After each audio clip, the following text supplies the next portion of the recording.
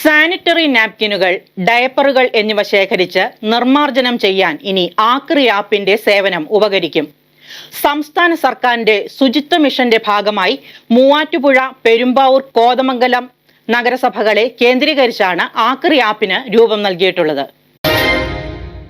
വീടുകളിൽ പ്രായമായ രോഗികൾക്കും കുട്ടികൾക്കും ഉപയോഗിക്കുന്ന diaper, mask, gloves, urine bag, syringe, ഉപയോഗശൂന്യമായ മരുന്നുകൾ, ബാർബർ ഷോപ്പുകളിലെ മുടി വേസ്റ്റുകൾ തുടങ്ങിയവ ശാസ്ത്രീയമായി നിർമ്മാർജ്ജനം ചെയ്യുവാനാണ് ആക്രി ആപ്പിലൂടെ സാധിക്കുന്നത്. മൊബൈൽ ഫോണിൽ പ്ലേ സ്റ്റോറിൽ നിന്നും ഡൗൺലോഡ് ചെയ്യുന്ന ഈ ആപ്പിലൂടെ രജിസ്റ്റർ ചെയ്താൽ 1 കിലോയ്ക്ക് 40 രൂപ നിരക്കിൽ ഫീസ് ഈടാക്കി നമ്മുടെ വീടുകളിൽ നേരിട്ട് വന്ന് കളക്ട് ചെയ്യുന്നതാണ് രീതി. ഇത് നഗരപ്രദേശത്തുള്ളവർക്ക് വലിയ ഉപകാരമാകുമെന്നാണ് വിലയിരുത്തൽ.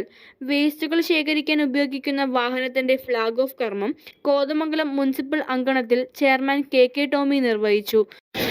നമുക്കറിയാം, കേരളവും നമ്മുടെ സംസ്ഥാനം ഒട്ടാകെ ബയോ വേസ്റ്റും സാനിറ്ററി വേസ്റ്റും അതുപോലെ തന്നെ വർഷങ്ങളായി കുന്നുകൂടി കിടക്കുന്ന ഡംപിംഗ് ഗ്രൗണ്ടിൽ കുന്നുകൂടി കിടക്കുന്ന 10,000 കണക്കിന് ടണ്ണ് മാലിന്യവും സംസ്കരിച്ച് അതെല്ലാം വളരെ ശാസ്ത്രീയമായിട്ട് സംസ്കരിച്ച് നമ്മുടെ കേരളം മാലിന്യമുക്തമാക്കുന്നതിന് വേണ്ടിയിട്ട് വലിയൊരു ശ്രമത്തിലാണ് സർക്കാർ.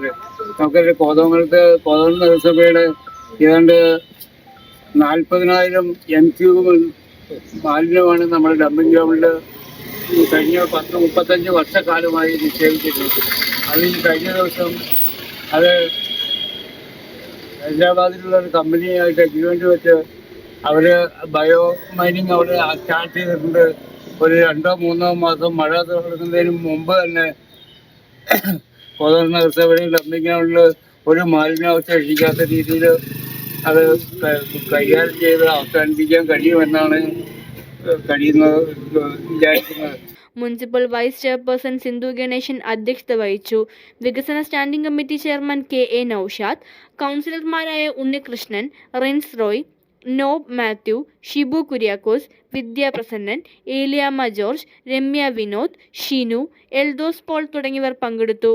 മൂവാറ്റുപുഴ, പെരുമ്പാവൂർ, കോതമംഗലം നഗരസഭകളെ കേന്ദ്രീകരിച്ച് ആക്രി എന്ന ഏജൻസിയുടെ സഹകരണത്തോടെയാണ് ആപ്പിന് രൂപം നൽകിയിട്ടുള്ളത്.